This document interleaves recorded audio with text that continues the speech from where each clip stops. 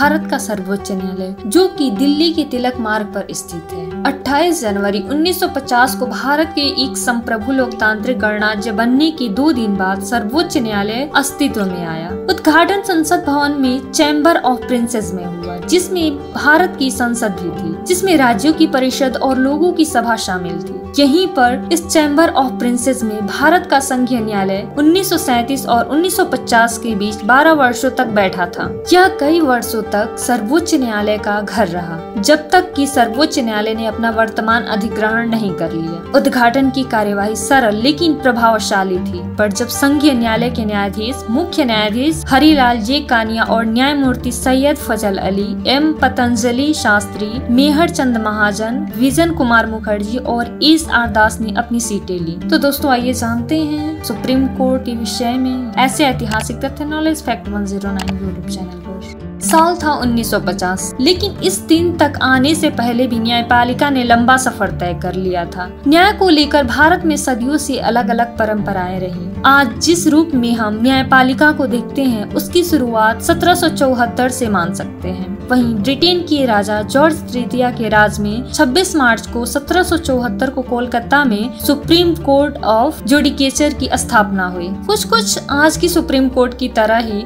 इस supreme court के पास भी अंग्रेज शासन में न्यायिक फैसले देने के सभी अधिकार थे। इसके बाद 1800 में मद्रास, 1823 में बम्बई में सुप्रीम कोर्ट की स्थापना हुई, जहां 1861 में आया इंडिया हाई कोर्ट्स एक्ट। इसके तहत कोलकाता, मद्रास और मुंबई के सुप्रीम कोर्ट को भंग करके यहाँ हाई कोर्ट की स्थापना की गई। अपने अपने इलाकों के लिए पहले वाली सुप्रीम कोर्ट जैसे अधिकार थे। आधुनिक भारत का जो सुप्रीम कोर्ट हमें नजर आता है, उसके सबसे करीब आया फेडरल कोर्ट ऑफ इंडिया। इसे 1935 के गवर्नमेंट ऑफ इंडिया एक्ट के तहत बनाया गया था। तब इसका काम था प्रांतों के बीच के विवादों पर सुनवाई करना और हाई कोर्ट्स के फैसलों के खिलाफ अपील की सुनवाई करना। भारत परिधान था तो प्रांतों के झगड़े को प्रिवी काउंसिल भी सुनता था। 1947 में हम आजाद हो गए और भारत के लिए एक संविधान बनाने पर काम शुरू हुआ। संविधान में संविधान के रखवाले के रूप में सुप्रीम कोर्ट की कल्पना की गई। वहीं भारत एक गणतंत्र बनना चाहता था, इसलिए प्रिवी काउंसिल की व्यवस्था खत्म कर दी गई। जहां 26 जनवरी को जब संविधान लागू हो गया तो 2 दिन बाद सुप्रीम कोर्ट की भी विधिवत शुरुआत हुई। वहीं 28 जनवरी 1950 को 6 जजों की पीठ ने एक समारोह में सर्वोच्च न्यायालय में कामकाज की शुरुआत की। इन 6 जजों की पीठ है, जो कि तत्कालीन CJI Harilal Kania, justice Fazal Ali, justice Patanjali Shastri, justice MC Mahajan, justice Vijan Mukherjee और जस्टिस आर दास थे।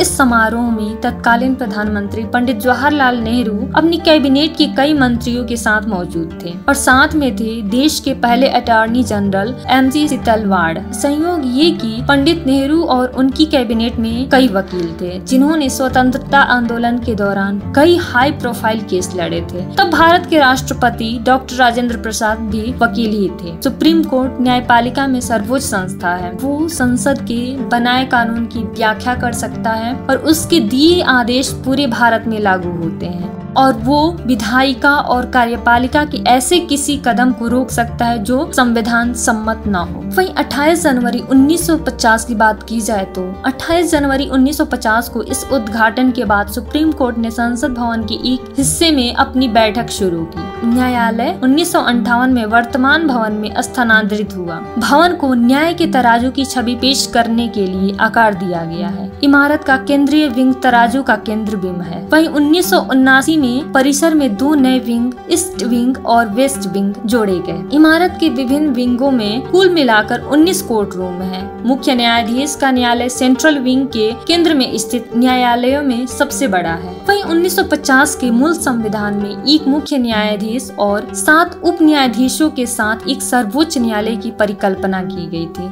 इस संख्या को बढ़ाने का काम संसद पर छोड़ दिया गया था। वहीं प्रारंभिक वर्षों में सर्वोच्च न्यायालय के सभी न्यायाधीश अपने समक्ष प्रस्तुत मामलों की सुनवाई के लिए एक साथ बैठते थे। जैसे जैसे न्यायालय का काम बढ़ा और बकाया मामले बढ़ने लगे, संसद ने न्यायाधीशों की संख्या 1950 में 8 से बढ़ाकर 1956 में 11 कर दी, 1960 में 14, 1978 में 18, 1986 में 26, 2009 में 31 और 2019 में 34 कर दी। वहीं वर्तमान की ताकत की बात की जाए तो जैसे जैसे न्यायाधीशों की संख्या में वृद्धि हुई है, वे 2 और 3 की छोटी पीठों में बैठते हैं, 5 या अधिक की बड़ी पीठों में एक साथ तभी आते हैं जब ऐसा करना आवश्यक हो या किसी मतभेद या विवाद को सुलझाना हो। वहीं भारत के राष्ट्रपति द्वारा नियुक्त 33 अन्य न्यायाधीश शामिल होते हैं। सर्वोच्च न्यायालय के न्यायाधीश 65 वर्ष की आयु प्राप्त करने पर सेवानिवृत्त होते हैं। वहीं सर्वोच्च न्यायालय के न्यायाधीश के रूप में नियुक्त होने के लिए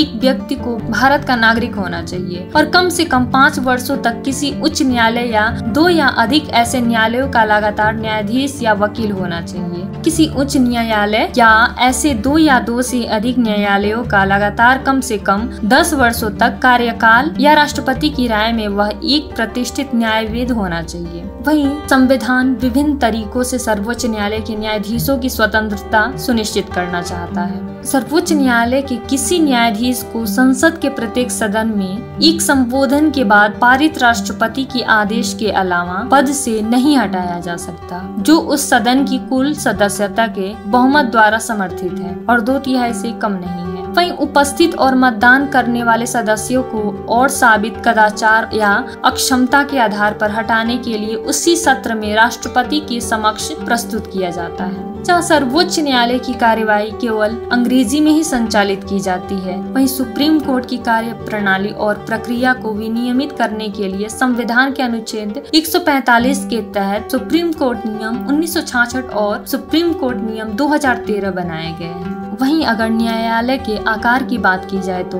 भारत के संविधान द्वारा उच्चतम न्यायालय के लिए मूल रूप से दी गई व्यवस्था में एक मुख्य न्यायाधीश तथा 7 अन्य न्यायाधीशों को अधिनियमित किया गया था और इस संख्या को बढ़ाने की दायित्व संसद पर छोड़ा गया था। प्रारंभिक वर्षों में न्यायालय के समक्ष प्रस्तुत मामलों को सुनने के लिए उच्चतम न्यायालय की पूरी पीठ एक साथ बैठा करती थी, जो संवैधानिक मामलों और ऐसे मामलों जिनमें विधि के मौलिक प्रश्नों की व्याख्या देनी हो, उसकी सुनवाई 5 या इससे अधिक न्यायाधीशों की पीठ करती है, जिसे संवैधानिक पीठ कहा जाता है। तो दोस्तों, आपको ये जानकारी कैसी लगी कमेंट बॉक्स में कमेंट करके जरूर बताएं और वीडियो को ज्यादा से ज्यादा लाइक और शेयर करें।